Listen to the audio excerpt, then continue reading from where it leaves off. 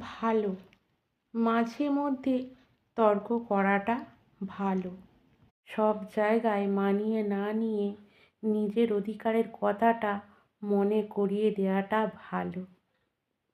একটু স্বার্থপর হওয়াটা ভালো। মুখের ওপর না বলতে শেখাটা ভালো। ঝুঁকে থাকা যেখানে বন্ধুত্ব নয়, বরং দুর্বলতার প্রতি, সেখানে মাথা উঁচু করে থাকাটাই ভালো।